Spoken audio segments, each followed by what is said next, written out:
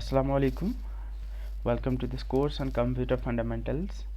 तो ये course JKSSB के फाइनेंस अकाउंट्स असिस्टेंट और दूसरे कम्पिटिटिव एग्ज़ाम्स के लिए होने वाला है, बट जो मेन फोकस है वो JKSSB के फाइनेंस अकाउंट्स असिस्टेंट के सिलेबस पे होने वाला है। तो before I begin a brief introduction about my self. मेरा नाम तौकीरुल इस्लाम है। मैं अभी PhD कर रहा हूँ कंप्यूटर साइंस इंजीनियरिंग में, और जो लास्ट ईयर JKSSB का पंचायत अकाउंट्स असिस्टेंट का एग्ज़ामिनेशन हुआ था वो भी मैंने क्वालिफाई किया है। तो जो बुक्स मैं इस कोर्स के लिए कंसल्ट कर रहा हूँ, ये दो बुक्स हैं। एक कंप्यूटर फंडामेंटल्स की बुक है जो लिखी है प्रदीप सिन्हा और प्रीति सिन्हा ने। ये बुक जो है दरअसल कंप्यूटर फंडामेंटल्स के लिए जो BCA या फिर BTech के पहले फर्स्ट ईयर में इंट्रोडक्टरी बुक है। ये 500 to 600 पेजेस की बुक है, लेकिन इसमें से जितने भी टॉपिक्स आपके सिलेबस में हैं वही मैं कवर करूँगा। और दूसरी बुक जो है वो अरिहंत की है, कंप्यूटर अवेयरनेस की। ये बुक जो है ये बनाई गई है कम्पिटिटिव एग्ज़ाम्स के लिए, फोकसिंग ऑन JKSSB। तो इसमें बहुत सारे प्रैक्टिस क्वेश्चन भी दिए हुए हैं और कंसाइज मैनर में इन्होंने ऑलमोस्ट सारे टॉपिक्स जो कवर किए हैं। तो आई वुड रिकमेंड कि अगर आपके पास ये है तो ठीक है, अगर नहीं है तो आप इसको या तो PDF डाउनलोड कर सकते हैं, इंटरनेट पे अवेलेबल है, या फिर आप इसको मार्केट से भी जाके ख़रीद सकते हैं। तो स्टार्ट करते हैं अपना पहला लेक्चर। ये एक इंट्रोडक्टरी लेक्चर होने वाला है। इसमें हम कंप्यूटर्स के बारे में एक इंट्रोडक्शन देंगे आपको, और हिस्ट्री ऑफ कंप्यूटर्स को भी देखेंगे। तो इस वाले लेक्चर में जो स्टार्ट हम करेंगे, हम डेफिनेशन देखेंगे कंप्यूटर की, उसके बाद कंप्यूटर की फीचर्स को समझने की कोशिश करेंगे, एंड उसके बाद कंप्यूटर्स की हिस्ट्री और जनरेशन्स ऑफ कंप्यूटर्स को हम अच्छे से देखेंगे।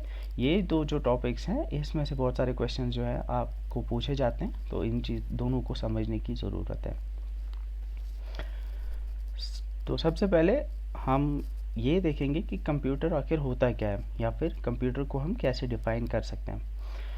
तो आप सभी ने कंप्यूटर को देखा होगा, यूज़ किया होगा, लेकिन कंप्यूटर को हम डिफ़ाइन कैसे कर सकते हैं।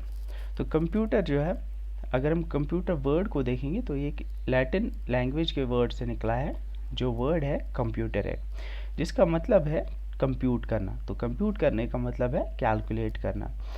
अगर हम कंप्यूटर को की हिस्ट्री को जाके देखेंगे तो कंप्यूटर को बनाने का जो मकसद था वो यही था कि हम एक ऐसी डिवाइस या ऐसी मशीन बनाएं जो हमें कैलकुलेशन करने में या कंप्यूटेशन करने में हेल्प करे। तो दैट्स वाई इसका नाम जो है वो कंप्यूटर पड़ा। उसके बाद आगे जाके जब कंप्यूटर डेवलप होते गए तो फिर वो कैलकुलेशन के लिए ही सिर्फ मखसूस नहीं रहे, बल्कि और भी बहुत सारी एप्लीकेशंस आजकल आप देखते हो कि कंप्यूटर ज़िंदगी के हर एक फील्ड में यूज़ होता है। तो इसकी एप्लीकेशन जो है वो डाइवर्स होती गई। अगर हम डेफिनेशन को देखेंगे तो कंप्यूटर एक इलेक्ट्रॉनिक डिवाइस है जो कि डेटा को इनपुट लेता है, टेक्स इन डेटा, उसको स्टोर करता है, उसको प्रोसेस करता है और फिर आउटपुट दे देता है। इसका मतलब है कि जब भी आप कंप्यूटर को यूज़ करते हो, आप कोई भी एप्लीकेशन के लिए उसे यूज़ करते हो, कोई भी सॉफ्टवेयर उस पर चला रहे हो, तो ये ज़रूरी है कि आप उसको इनपुट दोगे। आप इनपुट कैसे देते हो कि फॉर एग्ज़ाम्पल आप अभी कैलकुलेटर यूज़ कर रहे हो उस पर, तो कैलकुलेटर जब आपने एप्लीकेशन ओपन की तो वो खुद ब खुद तो नहीं करेगा कुछ, आपको यहाँ से कुछ इनपुट तो देना पड़ेगा। लाइक अगर आपको दो नंबर्स का सम करना होगा तो आपको दो नंबर्स इनपुट देने पड़ेंगे। से 5 और 7 को ऐड करना है तो आप इनपुट दोगे 5 + 7, ठीक है। तो ये इनपुट जो है ये आगे जाएगा और ये कंप्यूटर की मेमोरी में जाके सेव होगा। मेमोरी मतलब रैम में। तो जो आप अभी कैलकुलेटर यूज़ कर रहे हो, तो कैलकुलेटर भी दरअसल क्या है, वो एक प्रोग्राम है। प्रोग्राम मतलब जिस बंदे ने ये कैलकुलेटर की एप्लीकेशन या सॉफ्टवेयर बनाया है उसने वहाँ पे कुछ इंस्ट्रक्शंस लिखी है। उसने वहाँ पे लिखा है कि जब यूज़र दो नंबर्स इनपुट करेगा और प्लस साइन इनपुट करेगा तो तुम्हें क्या करना है, तुम्हें उन दो नंबर्स को ऐड करना है। मतलब जो CPU है उसको दो नंबर्स को ऐड करना है, ठीक है।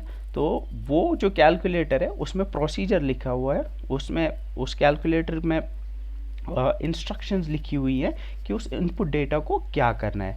तो सीपीयू जो है वो उन इनपुट डेटा को क्या करेगा, वो लेगा और जो कैलकुलेटर की प्रोसीजर या कैलकुलेटर के प्रोग्राम में जो इंस्ट्रक्शंस लिखी होंगी उनके अकॉर्डिंग उनके ऊपर एग्जीक्यूशन करेगा, उनके ऊपर ऑपरेशन करेगा। तो जब उसे प्रोसेसिंग कहते हैं, जब सीपीयू जो है उन इंस्ट्रक्शंस को एग्जीक्यूट करेगा तो उसे प्रोसेसिंग कहते हैं। तो सीपीयू उसे प्रोसेस करेगा। उसके बाद क्या होगा कि जब प्रोसेस करेगा, जब वो इंस्ट्रक्शंस एग्जीक्यूट होंगी तो वहाँ से कुछ रिजल्ट आएगा। मतलब फॉर एग्जांपल 5 और 7 को उसने ऐड किया तो 12 आएगा। जब 12 आएगा तो उसे आउटपुट कहते हैं। अब वो आउटपुट जो है या तो वो लाइक आपके जो आउटपुट डिवाइस है, फॉर एग्जांपल स्क्रीन है आपकी, उस पर डिस्प्ले करेगा, या फिर कोई और एप्लीकेशन में ऐसा हो सकता है कि से आप वीडियो एडिटिंग कर रहे हो तो उसके ऊपर प्रोसेसिंग कर रहा है सीपीयू, तो वो जो है वीडियो आपकी एडिट हो रही है। जब आपकी एडिटिंग कंप्लीट होगी तो आपको ये ज़रूरत पड़ सकती है कि अब आप उस एडिटेड वीडियो को सेव करना चाहोगे कंप्यूटर की स्टोरेज में, मतलब उसकी हार्ड डिस्क में या फिर उसकी एसएसडी में। तो वहाँ पे आपको ज़रूरत पड़ सकती है स्टोरिंग की भी। आई गेस ये आपको समझ आ गया होगा। तो कंप्यूटर की वर्किंग में 4 इंपॉर्टेंट चीज़ें हैं। एक तो इनपुट लेना, प्रोसेस करना, स्टोर करना और आउटपुट करना। ठीक है, अब हम कंप्यूटर की फंक्शनिंग को समझेंगे।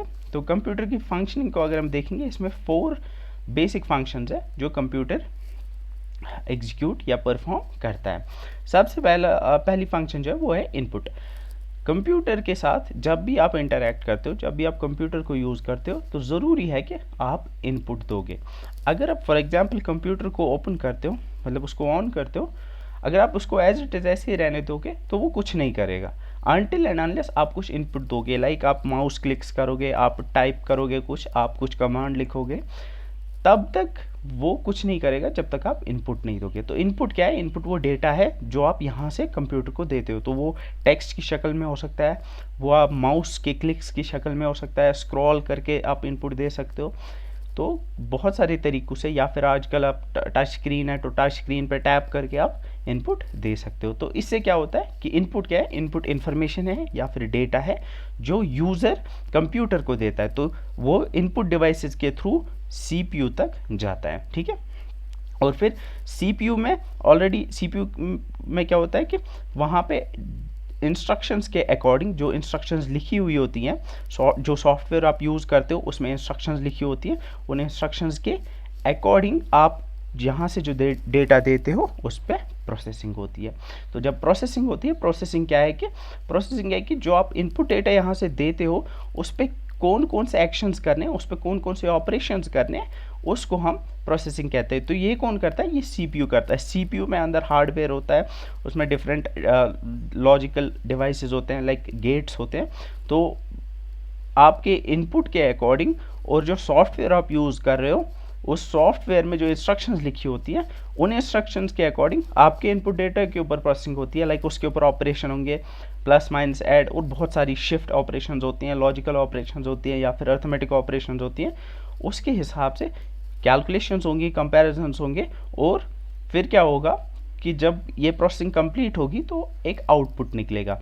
तो जो आउटपुट है वो दरअसल प्रोसेसिंग के बाद, जो उन ऑपरेशंस को एग्जीक्यूट करने के बाद जो वहाँ से निकलेगा वो आउटपुट है। ठीक है, तो ये हर एक एप्लीकेशन में होता है। अब ये है कि अब जो आउटपुट आएगा, या तो ये आप अपने किसी लाइक आपका जो आउटपुट डिवाइस है उस पर प्रिंट करा सकते हो, या उसके थ्रू आप तक ये पहुंचेगा। फॉर एग्जांपल आउटपुट डिवाइस आपका स्क्रीन है तो स्क्रीन पे आपको आ जाएगा, या फिर आउटपुट आपका लाइक स्पीकर है तो स्पीकर के थ्रू भी, मतलब अगर कोई ऑडियो फाइल होगी जो आपको सुननी होगी तो वो स्पीकर के थ्रू आप तक पहुंचेगी। एंड कभी कभी ये भी ज़रूरत पड़ सकती है कि स्टोर करने की, परमानेंटली स्टोर करने की ज़रूरत पड़ सकती है, जैसे मैंने वीडियो एडिटिंग की एग्जांपल में आपको ऑलरेडी बताया है।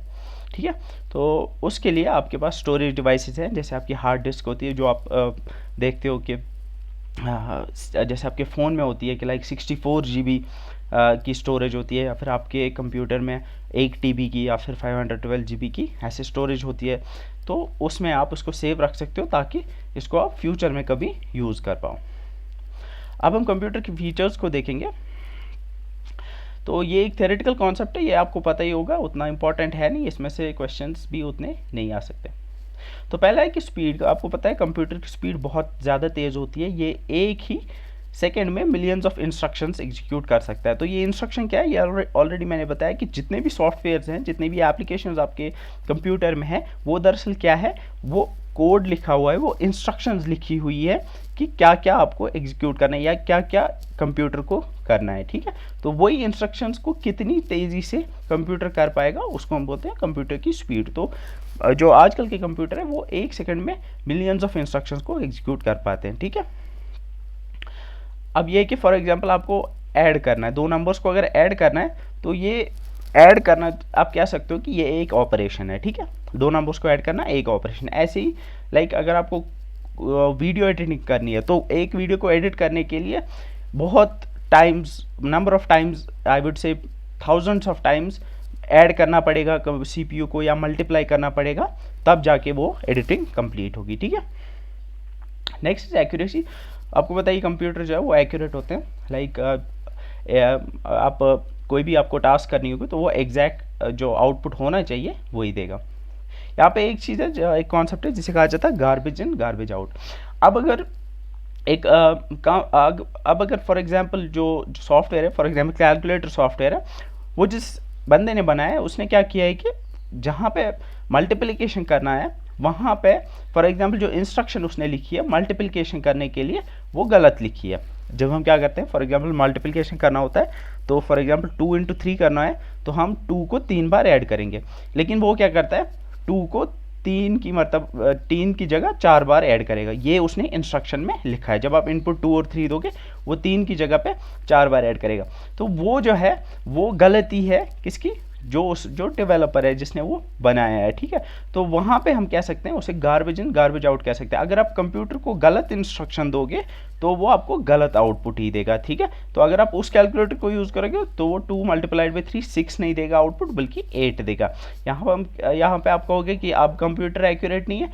ये एक्यूरेट इसलिए नहीं है क्योंकि आपने गार्बेज इनपुट दिया, आपने गार्बेज इंस्ट्रक्शन दिया, उसको गलत इंस्ट्रक्शन दिया है, तभी जाके उसने गलत आउटपुट दिया है, ठीक है।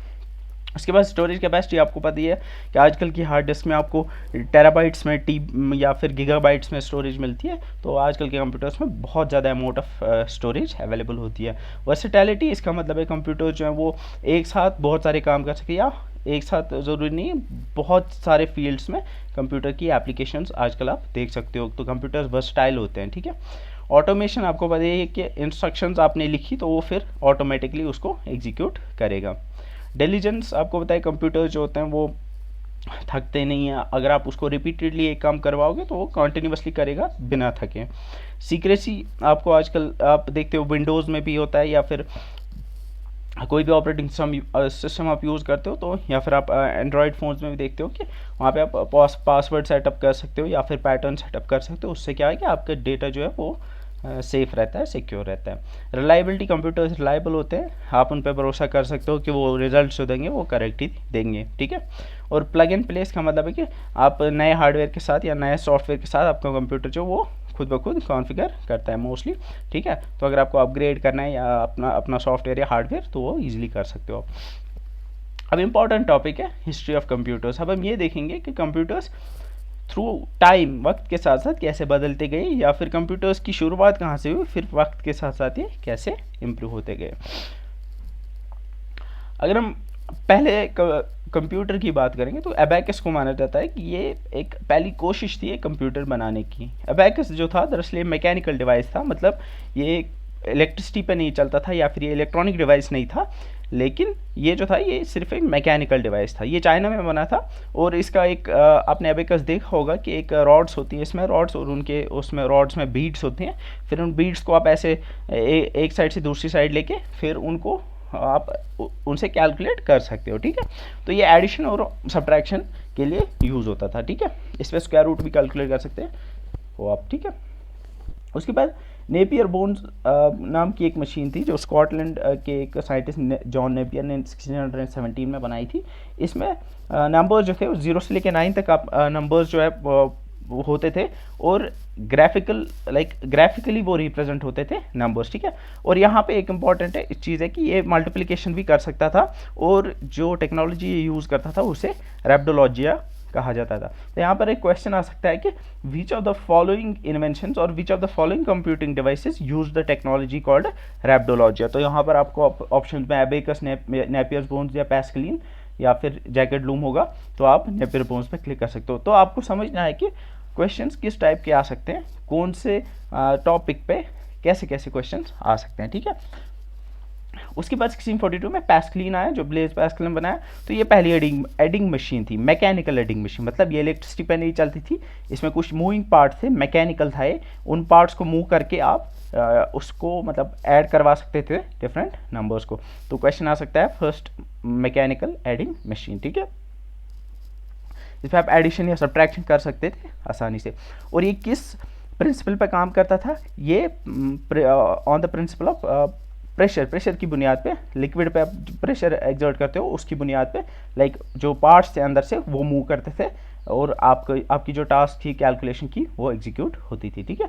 उसके बाद जैकेट स्लूम है। जैकेट स्लूम दरअसल ये एक टेक्सटाइल इंडस्ट्री में यूज़ होती थी। इसमें अगर आपको लाइक टेक्सटाइल के ऊपर कुछ पैटर्न्स बनाने होते थे तो उन पैटर्न्स को बनाने के लिए आप जैकेट स्लूम इस्तेमाल करते थे, ठीक है। और उसके बाद जो है 1837 में चार्ल्स बेबेज, जिन्हें फादर ऑफ मॉडर्न कंप्यूटिंग या फादर ऑफ कंप्यूटर्स भी कहा जाता है, तो क्वेश्चन है ये आपको पता ही होगा कि चार्ल्स बेबेज को फादर ऑफ कंप्यूटर्स कहा जाता है। उन्होंने 1837 में एनालिटिकल इंजन बनाया, ठीक है। तो यहाँ पे आपको याद क्या करना है, यहाँ पे याद रखना है कि नेपियर्स बोन्स किसने बनाया, ये तो मतलब एज इट इज़ है, ये तो जॉन नेपियर है। पैस्कलिन इसने बनाया, ब्लेज पैस्कल। जैकेट स्लूम किसने बनाया, जोसेफ मैरी जैकेट ने। यहाँ पे आ सकता है कि एनालिटिकल इंजन किसने बनाया, वो चार्ल्स बेबेज ने बनाया। तो यहाँ पे एक इंपॉर्टेंट चीज़ है कि ये पहला जनरल पर्पज़ कंप्यूटर था। तो ये क्वेश्चन आ सकता है कि which of the following was the first general purpose computer. और ये जो था ये भी एक आप कैलकुलेशन कर सकते थे, इसके लिए आप मतलब नेगेटिव नंबर्स के ऊपर या पॉजिटिव नंबर्स के ऊपर डिफरेंट अर्थमेटिक ऑपरेशंस कर सकते थे, ठीक है। अब यहाँ पे है हरमन हॉलरिथ की 1890 की टेबुलेटिंग मशीन। ये जो थी ये पहली इलेक्ट्रोमैकेनिकल मशीन थी। ये क्वेश्चन आ सकता है कि पहली इलेक्ट्रोमैकेनिकल मशीन कौन सी थी। इससे पहले था कि पहला मैकेनिकल एडिंग मशीन कौन सी थी, वो पैस्कलिन थी, लेकिन इलेक्ट्रोमैकेनिकल कौन सी थी पहली मशीन, वो टेबुलेटिंग मशीन थी। इलेक्ट्रोमैकेनिकल का मतलब है जो इलेक्ट्रिसिटी पे भी चलती हो और जो मैकेनिकल भी हो। मैकेनिकल मतलब उसमें कुछ अंदर से पार्ट्स थे जो मूव करते थे, ठीक है, लेकिन ये इलेक्ट्रिसिटी पे भी चलती थी, ठीक है। तो ये जो है ये 1890 का जो सेंसस हुआ था अमेरिका में, उस डेटा को प्रोसेस करने के लिए बनाई गई थी। उसके बाद मार्क 1, इनियाक, एडसैक, यूनिवैक और IBM 650 है। ये जो कंप्यूटर की जनरेशन में फर्स्ट जनरेशन के कंप्यूटर्स हैं, ये बड़े इंपॉर्टेंट है। इसमें आपको कुछ चीज़ें याद रखनी है, लाइक जो मार्क 1 है ये हॉवर्ड आइकन ने बनाई थी, या फिर एडसैक जो है ये जॉन वॉन नॉयमन ने बनाई थी। और कुछ इम्पॉर्टेंट है, लाइक पहला first general purpose electronic computer, यहाँ पे है फर्स्ट जनरल पर्पज़ कंप्यूटर, वो था analytical engine, first general purpose computer. लेकिन जो first general purpose electronic computer है वो यूनिवैक था, ठीक है। अब हम इनके बारे में इसमें पढ़ेंगे। मार्क 1 कंप्यूटर जो था इसे ऑटोमेटिक सीक्वेंस कंट्रोल कंप्यूटर भी कहा जाता है। ये हार्वर्ड यूनिवर्सिटी और IBM जो इंटरनेशनल बिजनेस मशीन्स हैं उन्होंने कोलैबोरेशन में बनाया था, और ये इलेक्ट्रोमैकेनिकल था, मतलब ये बहुत मैकेनिकल और इलेक्ट्रिसिटी पे चलती थी। उसके बाद एटनसॉफ बेरी कंप्यूटर है। एटनसॉफ बेरी कंप्यूटर, एटनसॉफ एक साइंटिस्ट था, बेरी उसका एसोसिएट था, उसका एक्चुअली सबऑर्डिनेट था। उन्होंने मिल के ये 1939 में बनाई थी, इसे ABC भी कहा जाता है।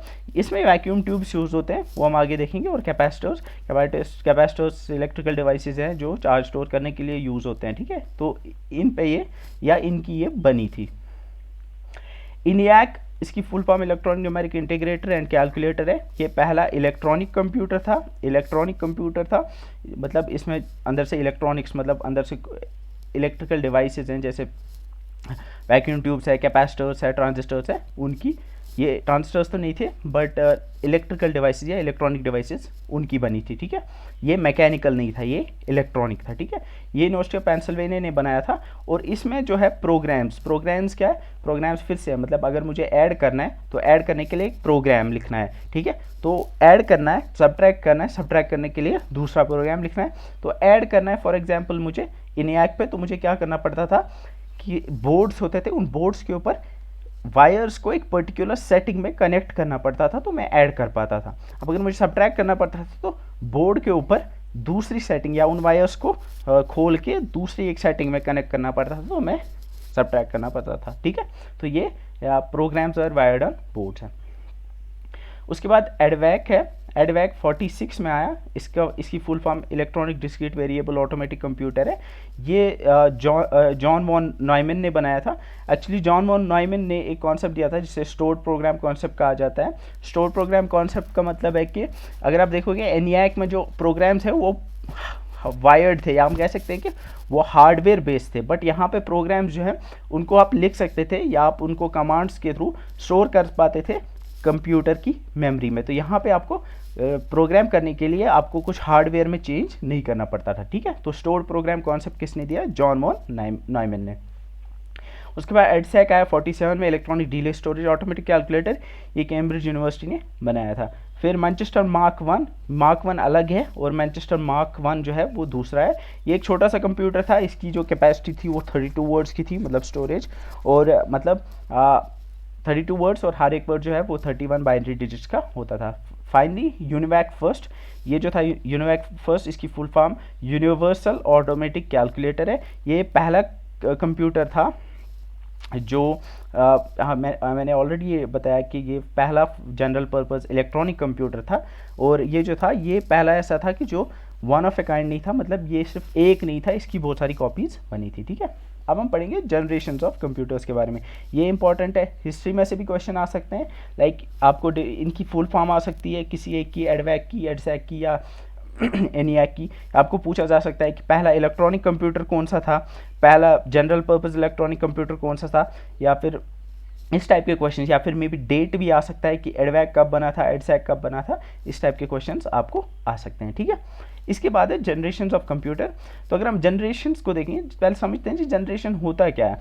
लाइक कंप्यूटर जब बना तो कंप्यूटर जो आज है वो 1950 में नहीं था। 1950 में जो कंप्यूटर था उसकी टेक्नोलॉजी और आज के कंप्यूटर की जो टेक्नोलॉजी है उसमें बहुत ज़्यादा फ़र्क है। लेकिन ये फ़र्क जो है ये एक आई वुड से कि एकदम से नहीं आया, ये स्टेप्स में आया। लाइक कुछ इम्प्रूवमेंट्स आई, फिर और इम्प्रूवमेंट्स आई, फिर और इम्प्रूवमेंट्स आई। तो हम कहते हैं कि जनरेशन किसे कहते हैं कि जब एक मेजर टेक्नोलॉजिकल डेवलपमेंट आए, जब कंप्यूटर की टेक्नोलॉजी में एक बड़ा डेवलपमेंट हुआ, तो हम कहते थे कि अब एक नया जनरेशन आया है। फॉर एग्जांपल अभी अगर आप देखते हो कि लाइक आजकल के फ़ोन्स में 6 GB 8 GB की रैम होती है, ठीक है। तो कल को आएंगे 16 GB के। तो ये बड़ा टेक्नोलॉजिकल डेवलपमेंट नहीं है। मतलब कंप्यूटर जो अभी जो आपके एंड्रॉयड फ़ोन की जो टेक्नोलॉजी है जिस पे वो बना है वो तो मतलब सेम ही रहेगा। लेकिन अब अगर फॉर एग्जांपल पहले जो फ़ोन्स होते थे उनमें मतलब CPU उतना पावरफुल नहीं होता था, या फिर वो ऐसे बहुत कम काम कर पाते थे जो कीपैड वाले फ़ोन होते थे। लेकिन आजकल के फ़ोन जो है वो बहुत सारे काम कर पाते हैं, CPU बहुत इम्प्रूव हो गए हैं। तो हम कह सकते हैं कि वो पुरानी जनरेशन के थे या वो एक जनरेशन के थे, और अभी जो स्मार्टफोन है हमारे पास वो दूसरी जनरेशन के हैं। ऐसी जो है कंप्यूटर्स को हम 5 जनरेशन में डिवाइड करते हैं। इसमें फर्स्ट जनरेशन कंप्यूटर जो 1940 से लेके 56 तक थे। मतलब 40 से लेके जो 56 तक कंप्यूटर्स थे उनमें ऑलमोस्ट जो टेक्नोलॉजी यूज़ होती थी वो लगभग सेम ही थी। उनमें जो जब कंप्यूटर को बना, आजकल के कंप्यूटर्स को अगर आप देखोगे तो जो CPU होता है, जो CPU जो ब्रेन है जो कंप्यूटर का, जो सारे ऑपरेशंस करता है कंप्यूटर में, वो जो है वो आपको पता ही होगा वो दरअसल किन का बना होता है, वो IC का बना, इंटीग्रेटेड चिप्स का बना होता है। और चिप ये होती है, IC होती है एक, ठीक है। लेकिन जो सबसे पहले कंप्यूटर थे वो वैक्यूम ट्यूब्स के बने होते थे। मतलब एडिशन या मल्टीप्लिकेशन करने के लिए या जो भी ऑपरेशन वो करता था वो इन्हीं वैक्यूम ट्यूब्स के थ्रू होती थी। अब ये वैक्यूम ट्यूब्स क्या होते हैं, इनको हम यहाँ पे देखेंगे। वैक्यूम ट्यूब दरअसल ये होता है, 1907 में आप देख सकते हो ये वैक्यूम ट्यूब बना था, ये वैक्यूम ट्यूब होता है। इसमें क्या होता है कि एक अंदर से एक कोर होती है, कोर क्या होती है, एक कॉइल होती है जिसके थ्रू करंट पास होती है, और जब करंट इसके थ्रू पास होती है तो ये हीट अप होती है। जब ये हीट अप होती है, इसके अराउंड क्या होती है, एक कैथोड होता है। कैथोड क्या, एक मेटल शीट कह सकते हो आप। जब ये हीट अप होता है तो कैथोड भी हीट अप होता है। तो जब ये कैथोड हीट अप होता है तो इसमें इलेक्ट्रॉन्स जो है वो लूज हो जाते हैं। फिर हम क्या करते हैं कि एनोड जो होता है, एनोड पे हम पॉजिटिव चार्ज चढ़ा देते हैं। तो जब पॉजिटिव चार्ज इस पर चढ़ता है तो वो कैथोड के ऊपर जो लूज इलेक्ट्रॉन्स होते हैं उनको अपनी तरफ अट्रैक्ट करता है। बीच में वैक्यूम होता है यहाँ पे, तो इलेक्ट्रॉन्स यहाँ से कैथोड से एनोड की तरफ आते हैं और फिर कैनोड से वो, ये दरअसल एक सर्किट कंप्लीट होता है। तो हम कह सकते हैं कि जब एक पर्टिकुलर थ्रेशोल्ड तक करंट जो है इसके थ्रू नहीं जाएगी, तब तक यहाँ से जो है इलेक्ट्रॉन्स कैथोड से एनोड तक इस वैक्यूम के थ्रू पास नहीं होंगे। तो यहाँ पे आप बाइनरी का कॉन्सेप्ट समझ सकते हो कि जब तक करंट एक थ्रेशोल्ड वोल्टेज तक नहीं होगी तब तक यहाँ से कैथोड से यहाँ कोई करंट नहीं जाएगी, मतलब ज़ीरो, ठीक है। और जब उस थ्रेशोल्ड के ऊपर करंट होगी तब यहाँ से करंट जाएगी, मतलब 1। तो आपको पता ही कंप्यूटर जो होते हैं वो बाइनरी पे बेस्ड होते हैं, मतलब जितनी भी कोई भी नंबर होगा, कोई भी इमेज होगी, कोई भी डेटा होगा, कंप्यूटर जो है वो कन्वर्ट करते हैं उसको बाइनरी में, उसको रिप्रेजेंट करते हैं बाइनरी में। तो अंदर से जो होता है बाइनरी दरअसल 1 और 0 नहीं होता है, वो वोल्टेज की लेवल्स होती है। लाइक 0 के नीचे होगा तो करंट पास होगा, लाइक एक थ्रेशोल्ड के नीचे होगा तो करंट पास होगा, नहीं होगा तो होगा। तो जब करंट नहीं होती है तो 0 है, करंट जब होती है तो 1 है, ठीक है। तो ये आपका वैक्यूम ट्यूब है। तो यहाँ पे आप देख सकते हो कि यहाँ पे बीच में जो ये कोर है ये हीट अप होती है, ठीक है। तो इसलिए जो ये फर्स्ट जनरेशन कंप्यूटर जो थे ये बहुत ज़्यादा हीट प्रोड्यूस करते थे और ये बहुत बड़े होते थे। और उस टाइम पे पर ये जो थे ये उस दौर के, उस ज़माने के फास्टेस्ट कंप्यूटिंग डिवाइसेस थे, और कोई डिवाइस ऐसा नहीं था जो मतलब इससे फास्ट कंप्यूटिंग करता था। लेकिन आजकल के कंपैरिजन में ये बहुत स्लो थे, बट उस टाइम के फास्टेस्ट डिवाइसेस थे। इनमें स्टोरेज के लिए मैग्नेटिक ड्रम्स यूज़ होते थे और इनकी स्पीड जो है वो 333 माइक्रोसेकंड थी।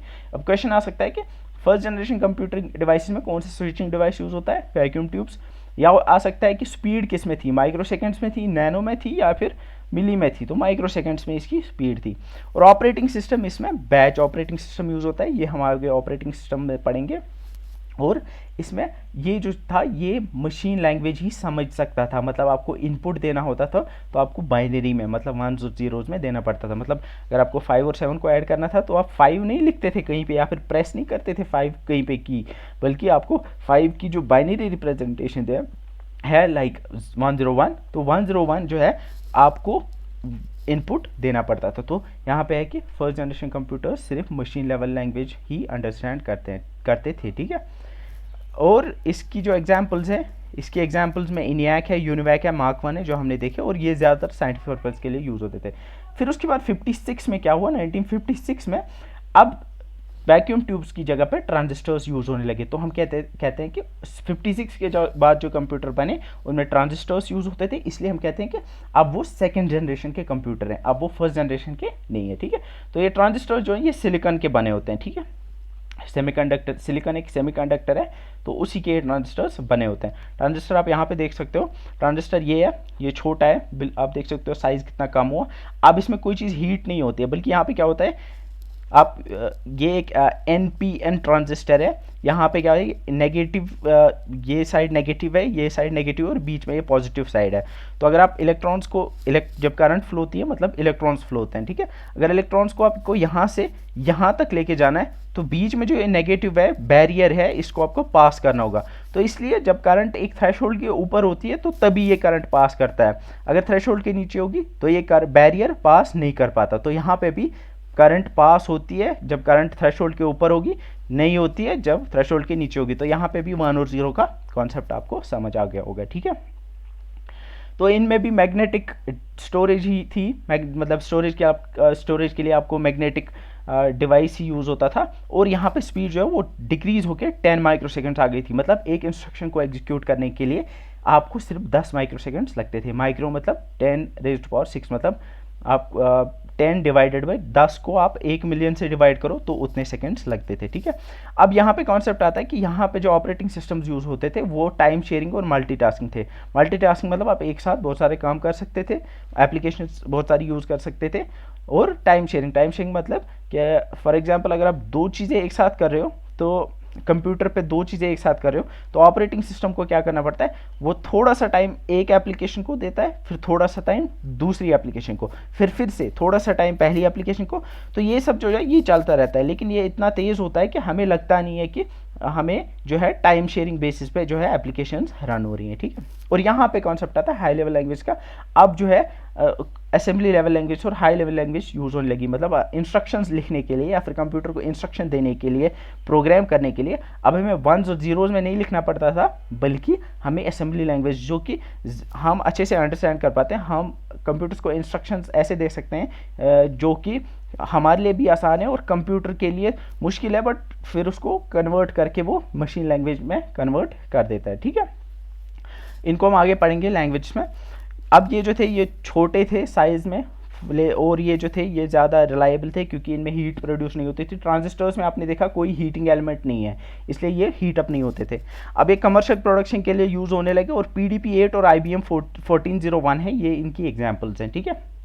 इसके बाद थर्ड जनरेशन में क्या हुआ, आईसीज आने लगे। आईसीज मतलब इंटीग्रेटेड सर्किट्स। इंटीग्रेटेड सर्किट क्या होता है, इसमें जो था एक जो ट्रांजिस्टर्स थे वो अलग अलग होते थे, ठीक है। अब क्या होने लगा कि एक ही चिप के अंदर बहुत सारे आईसीज हमने इंटीग्रेट किए। यहाँ पे स्मॉल स्केल और मीडियम स्केल इंटीग्रेशन होती थी, मतलब ऐसी चिप्स आने लगी जिस एक ही चिप के अंदर 100 से लेके 1000 तक चिप्स जो है वो 10,000 तक, जो चिप एक ही चिप के अंदर 10,000 तक ट्रांजिस्टर्स जो हैं वो फिट किए जाते थे, मतलब वो सिलिकॉन की चिप्स बनी होती हैं, ठीक है। यहाँ पे आप देख सकते हो ये एक आईसी है, इस आईसी के अंदर बहुत सारी ट्रांजिस्टर्स जो हैं वो इंटीग्रेटेड है, ठीक है। अब ये अलग अलग ट्रांजिस्टर्स नहीं है, एक चिप के अंदर इंटीग्रेटेड है, ठीक है।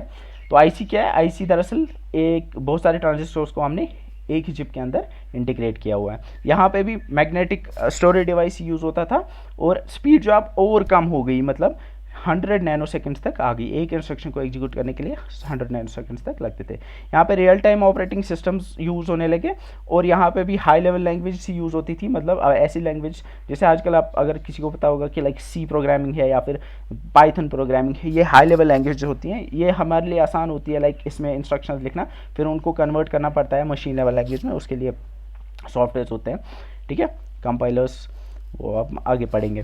इसमें फोर्ट्रान, कोबोल और एल्गोल, ये एक program high level programming language है, पुरानी है, जो थर्ड जनरेशन ऑफ कंप्यूटर्स में यूज़ होती थी।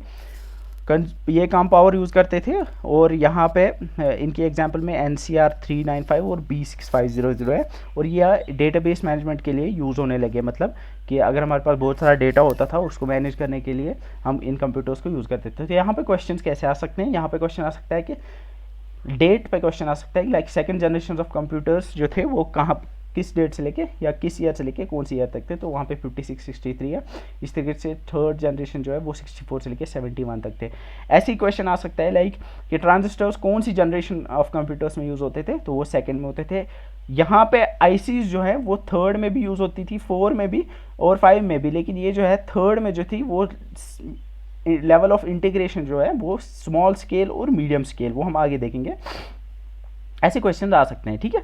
या फिर ऑपरेटिंग सिस्टम पे आ सकता है कि टाइम शेयरिंग ऑपरेटिंग सिस्टम सबसे पहले कौन सी जनरेशन में यूज़ होता था, तो वो सेकंड है, ठीक है। ऐसे रियल टाइम कौन सी में या फिर ऐसे कि जो सेकंड जनरेशन है उसमें असेंबली लैंग्वेज और उसमें कौन सी लेवल की लैंग्वेज जो है वो यूज़ होती थी, तो उसमें असेंबली लैंग्वेज और हाई लेवल दोनों यूज़ होती थी, ठीक है।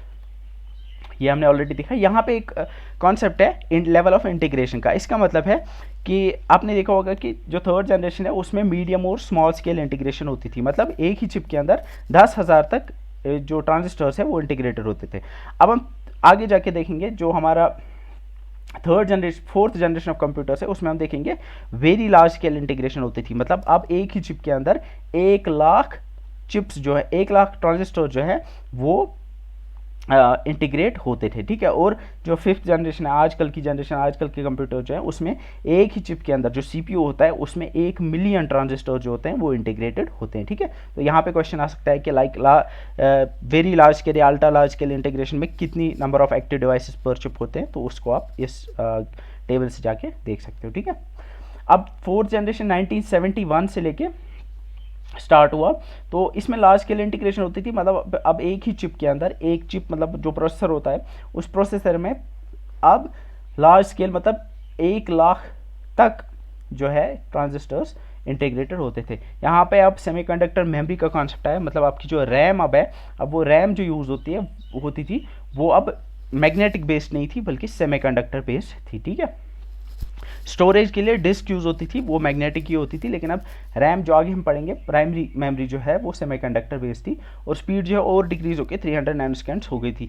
यहाँ पे अभी टाइम शेयरिंग ऑपरेटिंग सिस्टम जो, यहाँ पे एक इंपॉर्टेंट चीज़ है कि ऑपरेटिंग सिस्टम जो अब थे वो अब ग्राफिकल यूज़र इंटरफेस के साथ आते थे, मतलब अब आपको कंप्यूटर के साथ इंटरैक्ट करने के लिए सिर्फ कमांड्स नहीं लिखनी पड़ती थी, बल्कि आप आइकन्स के थ्रू, लाइक आजकल आप देखते हो आपको फाइल ओपन करनी है तो आप डबल क्लिक करते हो आइकन के ऊपर, तो आइकन्स के थ्रू आप आपके स्क्रीन के ऊपर आती हैं बहुत सारे आइकन्स, तो उनके ऊपर क्लिक करके या फिर उनको ड्रैग वैग करके आप कंप्यूटर के साथ इंटरेक्ट कर पाते हो, तो उसे ग्राफिकल यूज़र इंटरफेस कहा जाता है। वो फोर्थ जनरेशन कंप्यूटर्स में ही पॉसिबल हुआ था। ये ज़्यादा रिलायबल था, ऑब्वियसली जो है परफॉर्मेंस भी अच्छी हो गई थी, और यहाँ पे नेटवर्किंग का भी कॉन्सेप्ट आया कि अब कंप्यूटर जो है एक दूसरे के साथ कनेक्ट होने लगे। ये 1970s के अराउंड की बात है। तो डिस्ट्रीब्यूटेड सिस्टम्स का भी अब यहाँ पे कॉन्सेप्ट आया, मतलब अब आप एक काम को करने के लिए बहुत सारे कंप्यूटर्स को कनेक्ट कर सकते थे, और एक बहुत बड़ा काम है, लाइक एक ऐसी टास्क है जो जिसके लिए बहुत कंप्यूटिंग पावर की ज़रूरत है, अब इसको आप डिवाइड कर सकते हो और बहुत सारे कंप्यूटर्स में डिस्ट्रीब्यूट करके उसको आप चंक्स में एग्जीक्यूट कर पाओगे, ठीक है। इसमें आपके यहाँ पे जो है फोर्थ जनरेशन में जो आपके पीसीज है, लाइक एप्पल का मैकेंटॉश जो है या फिर आईबीएम ने जो पीसी बनाया था पहले, तो वो पहले जो कंप्यूटर्स जो थे या पीसीज जो थे वो इस कैटेगरी में आते हैं। फिफ्थ जनरेशन आजकल के कंप्यूटर्स, इसमें सुपर लार्ज स्केल या अल्ट्रा लार्ज स्केल भी जिसे कहा जाता है, जिसमें मिलियंस ऑफ ट्रांजिस्टर्स एक ही चिप के अंदर इंटीग्रेटेड होते हैं, वो आते हैं। तो यहाँ पे स्टोरेज के लिए ऑप्टिकल डिस्क जो आपकी सीडी होती है वो यूज़ होने लगी, और आजकल जो आप देखते हो सॉलिड स्टेट ड्राइव जो होती हैं वो भी इसमें आएगी। सॉलिड स्टेट ड्राइव्स वो एसएसडी, उस पर क्वेश्चन आया था जेकेएसबी के लास्ट पंचायत कंस्ट्रक्शन के एग्जाम में कि एसएसडी की फुल फॉर्म क्या है, वो हम आगे जाके देखेंगे, ठीक है। और इसमें पैरेलल प्रोसेसिंग का कॉन्सेप्ट आया, और इसमें आर्टिफिशियल इंटेलिजेंस क्वेश्चन पूछा जा सकता है कि आर्टिफिशियल इंटेलिजेंस जो है वो कौन सी जनरेशन ऑफ कंप्यूटर्स में पॉसिबल हुई, वो आजकल के जनरेशन में ज़्यादा आई वुड से प्रेवेलेंट है, ठीक है। तो to sum it up, first generation computer में वैक्यूम ट्यूब्स यूज होते थे, ये हीट अप होते थे बहुत ज़्यादा क्योंकि इनमें हीटिंग एलिमेंट होता था। ट्रांजिस्टर सेकंड जनरेशन में, फिर इन ट्रांजिस्टर्स को हम एक ही चिप के अंदर आईसी बनाई हमने जो कि मीडियम स्केल और स्मॉल स्केल इंटीग्रेटेड होती थी, वो थर्ड जनरेशन में यूज़ होती थी। Very large scale integrated chips fourth generation में यूज़ होती थी, और लास्ट वाली जो फिफ्थ जनरेशन उसमें ultra large scale integrated chips use होती थी, ये माइक्रो प्रोसेसर भी कहा जाता है, ठीक है। अब हम कंप्यूटर की क्लासिफिकेशन को देखेंगे कि कंप्यूटर्स हम कैसे क्लासीफाई कर पाएंगे, ठीक है। कंप्यूटर की क्लासिफिकेशन को अगर हम देखेंगे तो इसको हम 3 डिफरेंट बेसिस पे डिवाइड कर सकते हैं, क्लासीफाई कर सकते हैं। On the basis of size, on the basis of work and on the basis of purpose. Size की बुनियाद पे, काम की बुनियाद पे और पर्पस की बुनियाद पे, मतलब किस काम के लिए हम इसको यूज़ करें, ठीक है। ये है on the basis of work, मतलब है ये किस बेसिस पे काम करते हैं, इनके काम करने का प्रिंसिपल क्या है। ये है on the basis of purpose, मतलब इसको हम किस काम के लिए यूज़ करें, ठीक है। On the basis of size, computers या तो माइक्रो कंप्यूटर्स हो सकते हैं। माइक्रो कंप्यूटर्स आपके वो कंप्यूटर्स हैं जिन्हें आप यूज़ करते हो, जैसे पीसीज है, आपका लैपटॉप है, आपका टैबलेट है, आपका या आपका डेस्कटॉप है, तो वर्क स्टेशन है, ये सारे जो है ये माइक्रो कंप्यूटर्स की कैटेगरी में आते हैं। इसके बाद दूसरी जो कैटेगरी है वो मिनी कंप्यूटर है। तो सबसे छोटे जो होते हैं वो माइक्रो कंप्यूटर होते हैं। मिनी कंप्यूटर जो होते हैं वो माइक्रो कंप्यूटर से बड़े होते हैं। इनकी एग्जांपल मैं आगे जाके दूंगा आपको। इनकी जो कंप्यूटिंग पावर होती है वो इनसे ज़्यादा होती है। इनमें क्या होता है कि इनमें एक ये बड़ा कंप्यूटर होता है, आपका जितना पीसी होता है, जो डेस्कटॉप होता है उससे बड़ा होता है ये, लाइक एक कबर्ड के साइज़ का जितना होता है, ये टेबल जितनी बड़ी होती है उससे थोड़ा बड़ा होता है, उससे बड़ा होता है ये। और इसको एक साथ आप क्या करते हो कि बहुत सारे यूज़र्स इसके साथ कनेक्ट करके इसको यूज़ कर सकते हैं, ठीक है। और ये जो है ये ऑर्गेनाइजेशन में, कंपनीज़ में यूज़ होता है। उसके बाद मेन फ्रेम कंप्यूटर है, ये मिनी कंप्यूटर से भी बड़ा होता है। ये लाइक जितना एक दीवार जितनी बड़ी होती है, ऑलमोस्ट ऑलमोस्ट उतना बड़ा होता है ये, और इसको एक बहुत बड़ी ऑर्गेनाइजेशन में यूज़ होता है, ठीक है। और यहाँ पे क्या है कि मिनी कंप्यूटर में अराउंड 100 तक यूज़र जो है वो एक कंप्यूटर को यूज़ कर सकते हैं, लेकिन यहाँ पे हज़ारों थाउजेंड्स ऑफ यूज़र्स एक साथ एक मेन फ्रेम कंप्यूटर को यूज़ कर सकते हैं। सुपर कंप्यूटर एक बहुत बड़ा कंप्यूटर होता है, ये सबसे तेज़ कंप्यूटर होता है, और इसको ऐसी एप्लीकेशंस के लिए यूज़ करता है। ये लाइक एक कंट्री बनाती है, लाइक इसको एक इंडिविजुअल या फिर एक कंपनी नहीं यूज़ करती है, बल्कि इसको एक यूजुअली जो कंट्रीज़ है वो अपनी लाइक रिसर्च है, मिलिट्री रिसर्च उसमें यूज़ करेगी, या फिर इसको वेदर फोरकास्टिंग में यूज़ किया जाता है। तो ऐसी एप्लीकेशन जिनमें बहुत ज़्यादा कंप्यूटिंग की ज़रूरत पड़ती है उसमें सुपर कंप्यूटर्स यूज़ होते हैं, ठीक है। तो हमने देखा कि based on size micro computers ये पोर्टेबल होते हैं, इनको एक जगह से दूसरी जगह ले जा सकते हैं। इनमें डेस्कटॉप हैं या फिर पीसी जो आपके होते हैं, लैपटॉप्स आते हैं, इनमें हैंड हेल्ड डिवाइसेस जो आपके हाथ में होते हैं। इसमें एक है पीडीए, पर्सनल डिजिटल असिस्टेंट, ये पुराना था, लाइक कुछ साल पहले 10-15 साल पहले आता था कि ये आपके साथ होता था और इस पर लाइक मैसेज आते थे। और टैबलेट्स है वो भी इसमें आएगा, जो टैब आप यूज़ करते हो सैमसंग के या फिर एप्पल के आते हैं, आईपैड। और उसके बाद work station computer, work station क्या होगा, डेस्कटॉप ही है, बट एक ऐसा डेस्कटॉप जो थोड़ा बड़ा होता है, लाइक जिसमें ग्राफिक्स कार्ड होगा, जिसको आप गेमिंग के लिए यूज़ कर सकते हो, तो उसे वर्क स्टेशन कहा जा सकता है, ठीक है। उसके बाद मिनी कंप्यूटर्स, मैंने ऑलरेडी बताया कि ये माइक्रो कंप्यूटर से बड़े होते हैं, तो इनको थोड़ी लाइक कंपनीज यूज़ करती हैं, या फिर इनको इंजीनियरिंग एप्लीकेशंस के लिए लाइक CAD CAD जिसे कंप्यूटर एडेड डिज़ाइन कहते हैं, उसके लिए यूज़ किया जा सकता है। इसकी एग्जांपल में PDP 11 है और HP 9000 है, ठीक है। इनको एज सर्वर इस्तेमाल किया जा सकता है, लाइक इसके साथ लाइक इसके ऊपर हम कोई एक एप्लीकेशन या कोई एक डेटा स्टोर कर सकते हैं, फिर उसको बहुत सारे इसके साथ कनेक्ट करके उसको यूज़ कर सकते हैं। उसके बाद मेन फ्रेम है, मेन फ्रेम मिनी कंप्यूटर से बड़े होते हैं और उनकी जो है इंटरनल स्टोरेज भी बड़ी होती है, और इसके साथ एक साथ इसको थाउजेंड्स ऑफ यूज़र्स यूज़ कर सकते हैं। उसके बाद सुपर कंप्यूटर्स, मैंने ऑलरेडी बताया, ये बहुत बड़े होते हैं। और यहाँ पे एक है फ्लॉप्स का मतलब है फ्लोटिंग पॉइंट ऑपरेशन पर सेकेंड, मतलब जब हम सुपर कंप्यूटर्स की जो स्पीड है उसको मेजर करते हैं तो उसको फ्लॉप्स में करते हैं। यूजुअली आजकल जो होते हैं उनको पेटा फ्लॉप्स में मेजर करते हैं। फ्लॉप्स मतलब मैंने जो ऑलरेडी बताया कि जो कोई भी प्रोग्राम होता है, कोई भी सॉफ्टवेयर होता है, वो अंदर से सेट ऑफ ऑपरेशंस होता है, कुछ ऑपरेशंस करने होते हैं, तो कितने फ्लोटिंग पॉइंट ऑपरेशंस पर एक सेकंड में कंप्यूटर या सुपर कंप्यूटर एग्जीक्यूट कर पाएगा, उसे फ्लॉप कहते हैं, ठीक है। तो अब आजकल के सुपर कंप्यूटर्स होते हैं वो 10⁻15 फ्लॉप्स के आसपास जो है एग्जीक्यूट कर पाते हैं, ठीक है। तो उनको पेटा फ्लॉप्स में, पेटा मतलब 10⁻15, तो सुपर कंप्यूटर की स्पीड आजकल जो होती है वो पेटा फ्लॉप्स में होती है, ठीक है। और ये जो है ये वेदर फोरकास्टिंग के लिए, न्यूक्लियर रिसर्च के लिए, मिलिट्री एजेंसीज और साइंटिफिक रिसर्च के लिए यूज़ होते हैं सुपर कंप्यूटर्स। यहाँ पे दुनिया का सबसे पहला सुपर कंप्यूटर क्रे 1 था, ये जो है ये USA ने बनाया था, और इनके जो बनाने वाले हैं उनका नाम है सेमोर रॉजर क्रे, इन्हीं के नाम पे इसको नाम दिया गया है। इनको फादर ऑफ सुपर कंप्यूटिंग या फादर ऑफ सुपर कंप्यूटर्स भी कहा जाता है। ये 1976 में बनाया था, ठीक है। यहाँ पे क्वेश्चन आ सकता है, फर्स्ट सुपर कंप्यूटर, दुनिया का पहला सुपर कंप्यूटर। इंडिया ने जो पहला सुपर कंप्यूटर था वो परम के नाम से बनाया था 1990 में, और आज परम सिटी AI है, ये आज लेटेस्ट है इस सीरीज़ में, इन्होंने एक बनाया था, इंडिया ने ही परम सिटी AI।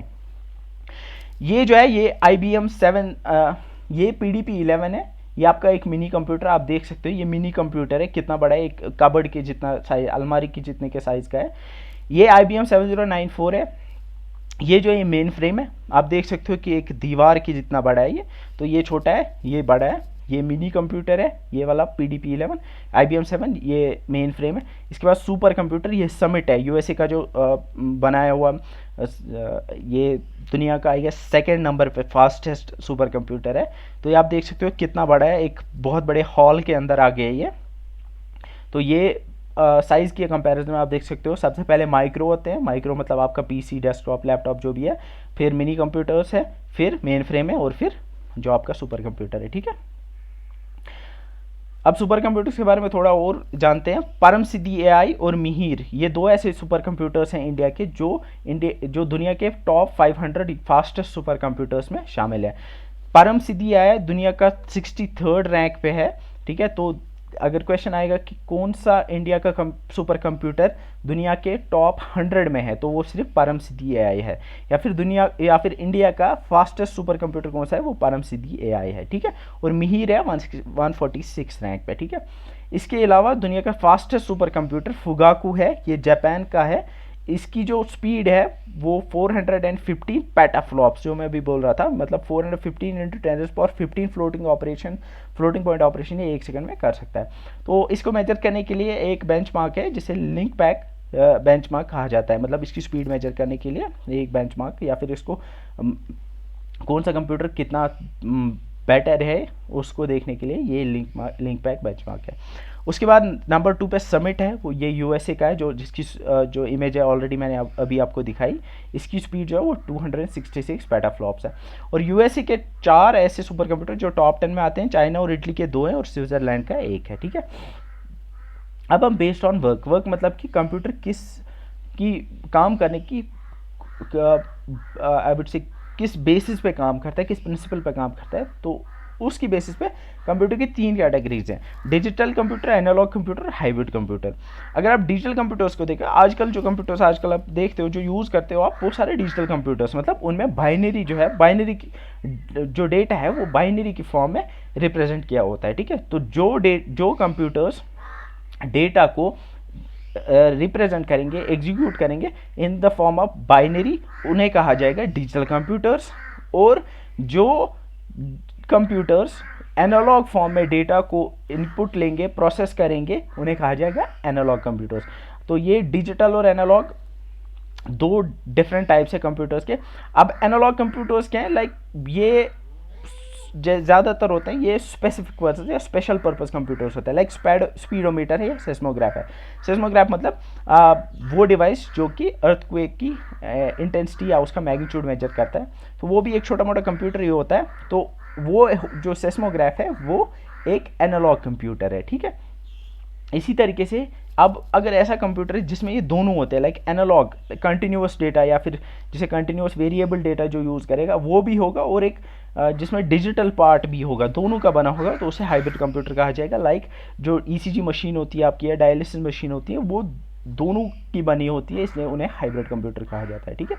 तो ये क्वेश्चन आ सकता है कि लाइक हाइब्रिड कंप्यूटर्स किस किस का बना होता है, क्या वो एनालॉग और डिजिटल का बना होता है, या फिर क्या वो हम अभी पढ़ेंगे स्पेशल पर्पज़ और वो स्पेसिफिक पर्पज़ और जनरल पर्पज़ का बना होता है, या फिर वो मिनी कंप्यूटर और माइक्रो कंप्यूटर का बना होता है। तो इसमें आप लिख सकते हो हाइब्रिड कंप्यूटर एनालॉग और डिजिटल का बना होता है, ठीक है। या फिर क्वेश्चन आ सकता है लाइक ईसीजी मशीन या फिर डायलिसिस की जो मशीन्स होती हैं वो किस टाइप की होती हैं, ठीक है। तो आप हाइब्रिड लिख सकते हो। अब on the basis of purpose देखेंगे, मतलब किस काम के लिए हम यूज़ करें। इसमें जनरल पर्पस है और फिर स्पेशल पर्पस या स्पेसिफिक पर्पस है। जनरल पर्पस कंप्यूटर वो कंप्यूटर जिसको हम बहुत सारे कामों के लिए यूज़ कर सकते हैं। आपका पीसी जो है, आप इनको कितने कामों के लिए यूज़ करते हो, आप गेमिंग के लिए यूज़ करते हो, आप वीडियो देखने के लिए, आप नेट चलाने के लिए, आप बहुत सारे कामों के लिए यूज़ करते हो, इसलिए उसको हम जनरल पर्पस कंप्यूटर कहेंगे। अब दूसरा टाइप है स्पेशल पर्पस कंप्यूटर। ये ऐसे कंप्यूटर्स हैं जिनको हम एक ही काम के लिए यूज़ करते हैं। फॉर एग्जांपल कंप्यूटर्स, अब ऑटोमेटिक एयरक्राफ्ट लैंडिंग, मतलब जो आपने देखा होगा एयरक्राफ्ट जो आजकल आते हैं वो खुद लैंड कर सकते हैं, मतलब ऑटोमेटिकली। उनके अंदर कंप्यूटर लगे होते हैं, उनका काम यही है कि एयरक्राफ्ट को अच्छे से या फिर सेफली जो है लैंड कराना है। तो वो कंप्यूटर जो है वो वहाँ पे जो लगा हुआ है एयरक्राफ्ट में, उसे हम कहेंगे ये स्पेशल पर्पज़ है, ठीक है। अब इसके अलावा भी कुछ टाइप्स है जिसमें जैसे क्वांटम कंप्यूटर है। क्वांटम कंप्यूटर का कॉन्सेप्ट जो है वो रिचर्ड फाइनमैन ने दिया है, बहुत बड़े फिजिसिस्ट है। ये जो है क्वांटम कंप्यूटर्स, ये क्वांटम मैकेनिक्स पे बेस्ड है।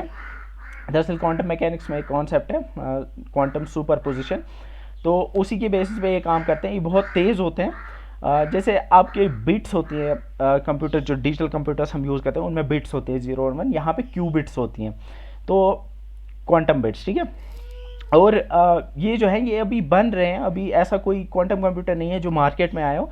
ये रिसर्च में अभी मतलब इस पर बहुत सारे रिसर्चर जो है वो काम कर रहे हैं, लेकिन इनके लिए प्रॉब्लम क्या है कि एक क्वांटम कंप्यूटर को चलाने के लिए ना टेम्परेचर जो बहुत नीचे चाहिए होता है। तो अभी ये बस लैब्स में है, अभी ये मार्केट में नहीं आया। तो ये बहुत तेज़ होते हैं। इसके बाद नैनो कंप्यूटर, ये ऐसे कंप्यूटर जो छोटे, तो बहुत ज़्यादा छोटे होते हैं, उनको नैनो कंप्यूटर्स कहा जाए। माइक्रो कंप्यूटर से भी छोटे। इनकी एक एग्जांपल है रास्पबेरी पाई, बहुत मशहूर है। रास्पबेरी पाई क्या होता है, एक छोटे से जितना आपका हाथ होता है उतना होता है ये। एक बोर्ड होता है, उसके ऊपर चिप लगे होते हैं और फिर इनपुट आउटपुट के लिए कुछ इंटरफेसेस होते हैं। तो ये ज़्यादातर स्कूल्स में यूज़ होता है, लाइक कंप्यूटर्स के बारे में, लाइक कंप्यूटर्स कैसे बनाते हैं उसको बच्चों को सिखाने के लिए ये यूज़ होता है। तो रास्पबेरी पाई एक नैनो कंप्यूटर की एग्जांपल है, ठीक है। अब हम एप्लीकेशन को देखेंगे। एप्लीकेशन तो आपको पता है कि बैंकिंग में यूज़ होते हैं कंप्यूटर्स, एजुकेशन में यूज़ होते हैं, एंटरटेनमेंट मतलब फिल्म इंडस्ट्री में आपको देख मतलब जो एनिमेशंस होती हैं उनको बनाने के लिए, या फिर सीजीआई में यूज़ होते हैं, ऑफिसेज में यूज़ होता है, एडवर्टीजमेंट में, और बिजनेसेस में आपको पता ही है रिकॉर्ड्स कीप करने के लिए या फिर अकाउंटिंग के लिए ये यूज़ होते हैं, ठीक है। तो I guess this it for this lecture. तो सी यू नेक्स्ट लेक्चर। अभी इसके बाद हम प्रैक्टिस सेशन करेंगे एक, and then will do next lecture. Okay, there till then good bye.